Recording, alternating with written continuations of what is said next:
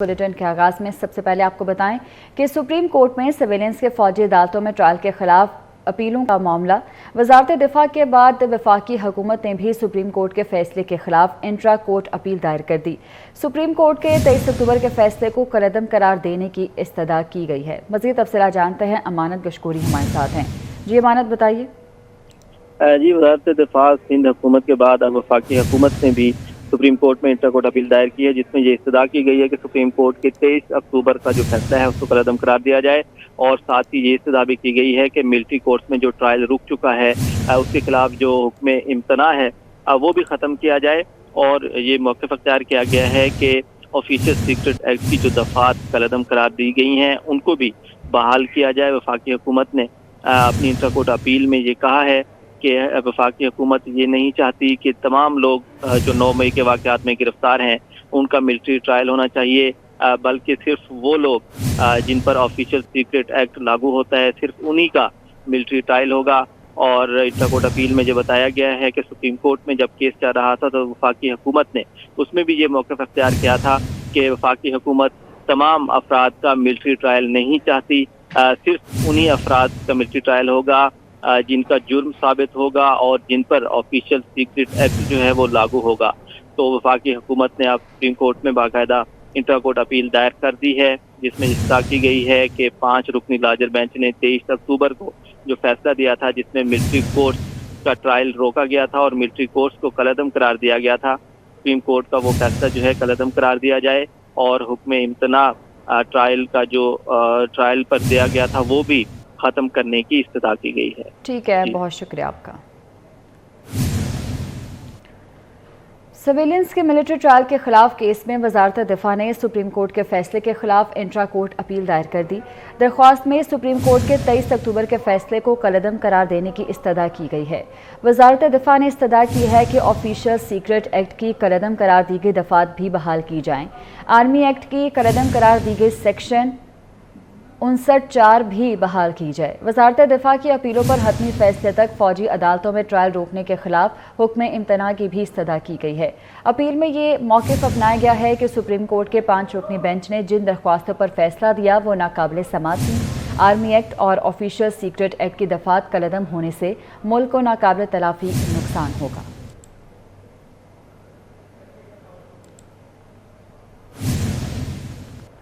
उधर पीटीआई के विकटें गिरने का सिलसिला जारी है। साबिक रुकने सिंध असम्बली करीम बख्श गबूल नून लीग में शामिल हो गए। उन्होंने आइंदा इंतखाबात मुस्लिम लीग नून के टिकट पर लड़ने का ऐलान किया है। पीटीआई की एक और विकेट गिरी है। साबिक रुकने सिंध असम्बली करीम बख्श गबूल नून लीग में शामिल हो गए हैं।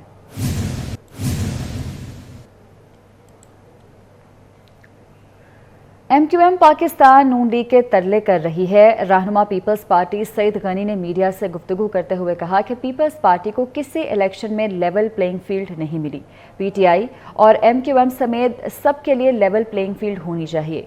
सईद गनी का कहना था कि पीपल्स पार्टी वफाकी हुकूमत बनाएगी, इंशाअल्लाह बिलावल भुट्टो अगले वज़ीर आज़म होंगे।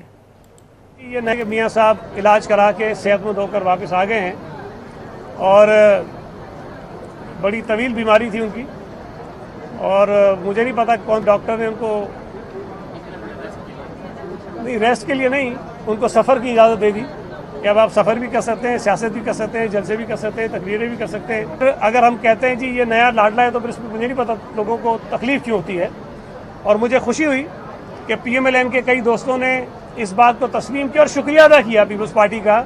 आज अगर हम ये कहते हैं कि लेवल प्लेइंग फील्ड होनी चाहिए सबके लिए तो हमारी ये बात भी सबको तकलीफ देती है। जब हम ये बात करते हैं तो हम ये नहीं कहते कि पीपल्स पार्टी के लिए होनी चाहिए। आज भी जो मुखालिफिन है हमारे सियासी शहर में, जब वो बात करते हैं तो उनके निशाने पर पीपल्स पार्टी होती है और निशाने पर इसलिए होती है कि शायद वो हमें अपने लिए सबसे बड़ा सियासी खतरा समझते हैं। तो मैं तो एज ए पीपल्स पार्टी के कारकुन के, पीपल्स पार्टी कराची के सदर के इस बात पर मुतमईन हूँ कि हमने पिछले 15 साल में बहुत तरीके की गुंजाइश मौजूद है, काम करने की ज़रूरत है और सियासी तौर पर हालात को दुरुस्त करने की ज़रूरत है।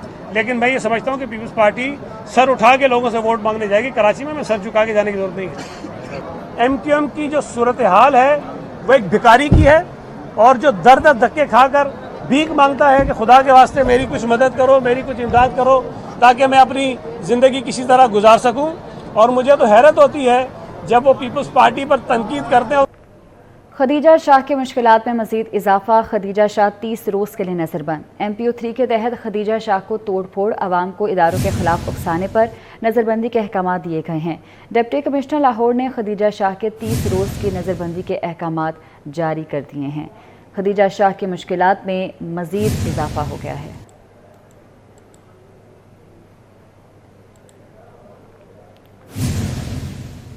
سنم جاوید کی 5ویں مقدمے میں گرفتاری کا معاملہ. سنم جاوید کو 14 روزہ جوڈیشل ریمانڈ پر جیل بھجوا دیا گیا ہے. پولیس نے سنم جاوید کے مزید جسمانی ریمانڈ کی استدعا نہیں کی ہے.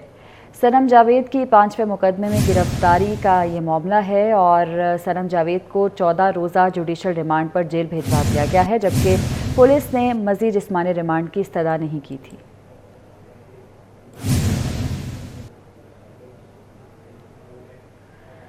پنجاب حکومت کا غیر قانونی مقیم غیر ملکیوں کے خلاف کریک ڈاؤن تیز کرنے کا فیصلہ. پنجاب سے 15,500 سے زائد غیر ملکیوں کو واپس بھجوا دیا گیا.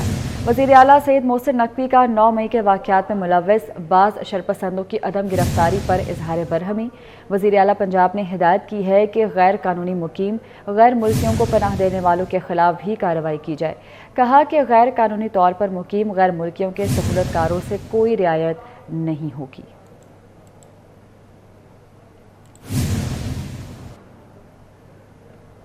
لاہور ہائی کورٹ میں اسموک تدارک کے متعلق کیس کی سماعت ہوئی. عدالت نے وزیر اعلیٰ پنجاب سید محسن نقوی کے اقدامات کی تعریف کی.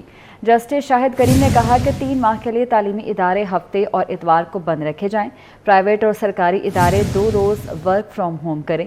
انہوں نے کہا کہ محکمہ ماحولیات اسموک کا اصل ذمہ دار ہے. اسموک تدارک کے متعلق کیس کی سماعت میں وزیر اعلیٰ پنجاب سید محسن نقوی کے اقدامات کی تعریف کی گئی.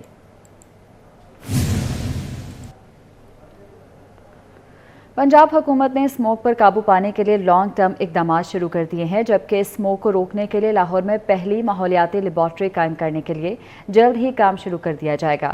وزیر پرائمری ہیلتھ ڈاکٹر جمال ناصر کا مزید کیا کہنا ہے، یہ بتا رہے ہیں عظمت اوان.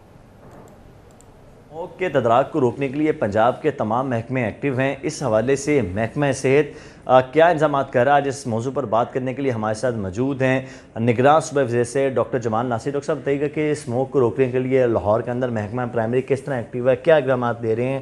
تو سب سے پہلا کام جو یہ ہوا کہ ہم نے کہ وہ تمام موٹر سائیکلیں جو آج کے بعد خریدی جائیں گی، کوشش کریں گے کہ الیکٹرانک موٹر سائیکلیں حکومت پنجاب خریدے. اس کا فائدہ یہ ہوگا کہ کم از کم وہ جو پیٹرول کی وجہ سے یہ اسموک ہوتی ہے وہ نہیں ہوگی. دوسرا، پیٹرول پمپوں کا جو ہے وہ تمام کا پیٹرول اب چیک کیا جائے گا، کیونکہ یہ بھی دیکھنا ہے کہ آیا یہ جو اسموک ہو رہی ہے یہ کیا کہ پیٹرول کی یعنی گاڑیوں کی زیادہ استعمال سے ہو رہی ہے یا یہ جو فصلیں جلائی جا رہی ہیں، کیونکہ ابھی تک ہم نے یہ فیصلہ ہی نہیں کیا تھا. تو یہ بھی ہوگا. تیسری چیز جس پہ ہم جا رہے ہیں وہ انوائرمنٹل لیب ہے. اس کا یہ فائدہ ہوگا کہ آپ کو کمپوزیشن کا پتہ چلے گا کہ اسموک جو ہے مثال کے طور پہ اگر گلبرگ ہے وہاں کس قسم کی اسموک ہے اور اگر شادرہ ہے وہاں کس قسم کی اسموک ہے. آج بالکل اسموک کو روکنے کے لیے حکومت پنجاب بالکل ایکٹیو ہے اور پنجاب کے تمام محکموں کی طرح محکمہ صحت بھی اس وقت الرٹ ہے. محکمہ پرائمری اینڈ سیکنڈری کے ہیلتھ منسٹر ڈاکٹر جمال ناصر ہمارے ساتھ موجود تھے کہ آنے والے دنوں میں اسموک بھی کمی ہوگی اور نہ صرف آنے والے دنوں میں بلکہ جو آنے والے سال ہیں اس میں بھی. ٹھیک ہے، بہت شکریہ آپ کا. وزیر اعلیٰ کے حکم پر ٹریفک پولیس لاہور کا کم عمر ڈرائیورز کے خلاف بڑے پیمانے پر کریک ڈاؤن. 3 دن میں 1398 مقدمات درج، سینکڑوں گاڑیاں تھانوں میں بند. پوش علاقوں میں ناکے. 18 سال سے کم عمر بچوں کو گاڑی موٹر سائیکل ہرگز نہ چلانے دیں. CTO لاہور نے والدین کو یہ ہدایت جاری کی ہے. وزیر اعلیٰ کے حکم پر ٹریفک پولیس لاہور متحرک ہے اور کم عمر ڈرائیورز کے خلاف بڑے پیمانے پر کریک ڈاؤن کیا جا رہا ہے. صرف 3 دن میں 1398 مقدمات درج ہوئے ہیں.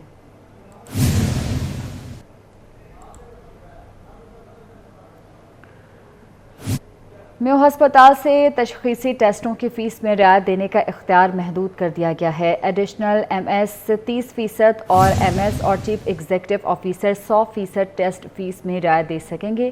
دیگر انتظامی ڈاکٹرز کا ٹیسٹ فیس کم کرنے کا اختیار ختم کر دیا گیا ہے. میو ہسپتال میں تشخیصی ٹیسٹوں کی فیس میں رعایت دینے کا اختیار محدود کیا جا چکا ہے.